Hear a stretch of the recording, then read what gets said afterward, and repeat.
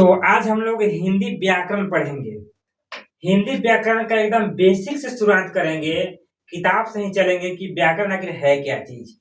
फिर आगे हम लोग पढ़ेंगे कि हिंदी व्याकरण में क्या-क्या पढ़ना है और व्याकरण पढ़ना बहुत ज़रूरी है क्योंकि 10th का जो भी एग्ज़ाम होता है या 12th का या नीचे का भी जो एग्ज़ाम होता है, बिहार बोर्ड में जो बच्चे पढ़ते हैं तो 60 अंक का प्रश्न आता है हिंदी व्याकरण से। तो आइए हिंदी व्याकरण का जो किताब है वहाँ से ही शुरुआत करते हैं पहले कि हिंदी व्याकरण आखिर है क्या? तो हम लोग पढ़ रहे हैं व्याकरण, उसमें भी पढ़ रहे हैं हिंदी व्याकरण। हिंदी व्याकरण, हिंदी व्याकरण लिखा हुआ है, ठीक है? तो आखिर हिंदी व्याकरण है क्या? हिंदी व्याकरण पढ़ना क्यों ज़रूरी है? तो देखिए, पहले हिंदी जुड़ा हुआ है और व्याकरण। तो जो भी हिंदी का किताब बना हुआ है, वो व्याकरण से ही बना हुआ है। तो इसलिए व्याकरण पढ़ना अति आवश्यक है, नितांत आवश्यक है, हिंदी व्याकरण जानना। तो सबसे पहले जानते हैं कि व्याकरण आखिर है क्या? ठीक है? व्याकरण बोलते किसको हैं? आखिर व्याकरण है क्या चीज़? तो व्याकरण एक किताब है, एक मोटी पुस्तक है, मोटा एक किताब है, ठीक है? इसमें से बहुत सारा खंडित किया गया है। जैसे अगर शुरुआत हम लोग करते हैं, तो अ से करते हैं, क, ख, ग पढ़ते हैं, कखारा पढ़ते हैं, बहुत सारा चीज़ पढ़ना है हिंदी व्याकरण में। तो उसका निर्माण होता कैसे है? पढ़ते कैसे हैं? लिखते कैसे हैं? बोलते कैसे हैं? तो जिससे हमको जानकारी मिलती है, जिस पुस्तक से, जिस किताब से, उसी को हम लोग बोलते हैं व्याकरण बोलते हैं। तो इसका परिभाषा बनाएँगे कि जिस शास्त्र से क्या चीज़ से? जिस शास्त्र से आपके सामने यहाँ पे नोट करते हैं ताकि आप अच्छे से समझिएगा। लिखते हैं जिस शास्त्र जिस शास्त्र से। आखिर शास्त्र का मतलब क्या होता है? शास्त्र का मतलब तो एक मोटा किताब है, जिसमें हिंदी व्याकरण के बारे में चर्चा किया गया है। उसको हम लोग बोलते हैं शास्त्र। अब हिंदी व्याकरण आप पढ़ रहे हैं तो हिंदी व्याकरण की चर्चा करेंगे, उस शास्त्र का हम बात कर रहे हैं। जिस शास्त्र से शुद्ध जिस शास्त्र से शुद्ध शुद्ध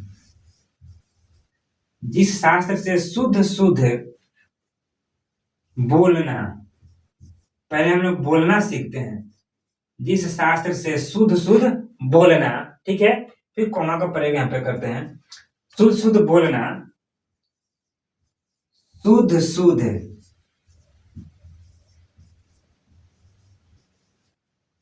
शुद्ध लिखना,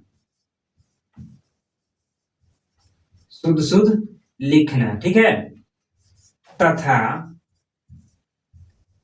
शुद्ध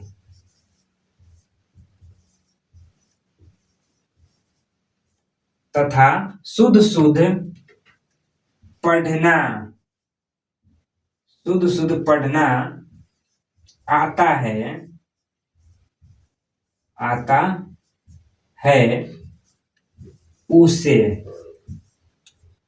उसे हम व्याकरण कहते हैं।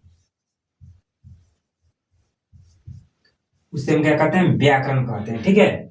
अब एग्जाम्पल के तौर पे देख लेते हैं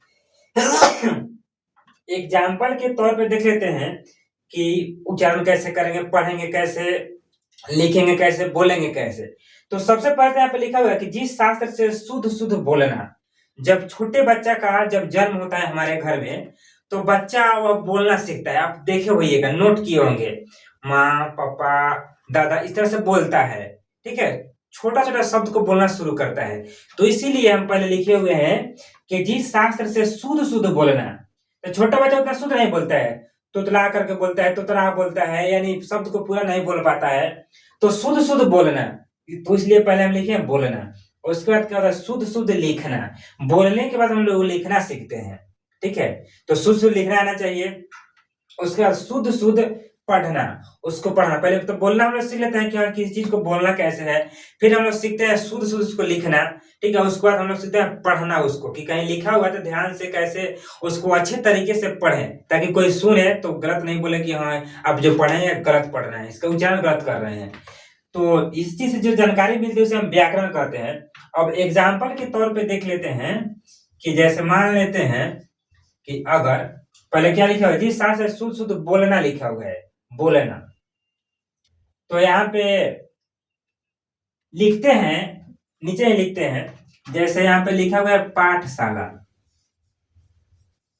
पाठशाला लिखा हुआ है, ठीक है? पाठशाला। तो इसको उच्चारण भी करेंगे तो बोलेंगे पाठशाला पढ़ते हैं इसको, पाठशाला। अब इसको पाठशाला नहीं पढ़ेंगे, ठीक है?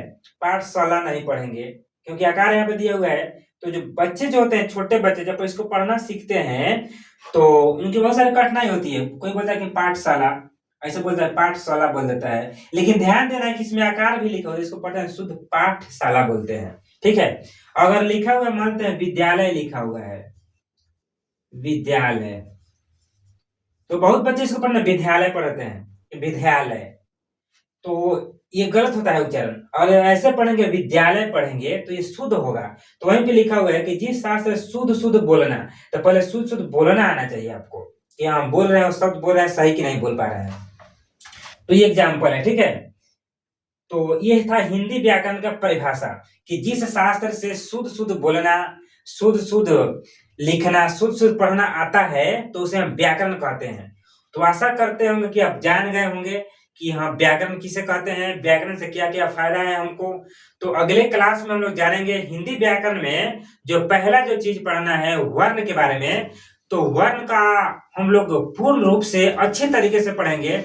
जब वर्ण का चैप्टर तो ऐसे बहुत लंबा है, लेकिन आपको हम छोटे-छोटे पार्ट में करके बताएँगे, 5 मिनट, 10 मिनट का ऐसे क्लास करके बताएँगे। उससे आपका एकदम 100% आपका क्लियर हो जाएगा। किसी भी क्लास का जब आप बुक उठाइएगा, उसमें से जो बनाइएगा ऑब्जेक्टिव क्वेश्चन या सब्जेक्टिव बनाइएगा, तो कहीं से आपको कोई प्रॉब्लम नहीं होगी। तो आशा करते होंगे कि आप व्याकरण समझ गए होंगे। तो ऐसा ही वीडियो देखने के लिए और समझने के लिए आप कमेंट कर सकते हैं, किस चीज़ के बारे में जानना चाहते हैं तो पूछ सकते हैं। तो चलिए आज के लिए इतना ही, बेस्ट ऑफ लक, कल मिलते हैं सेम टाइम।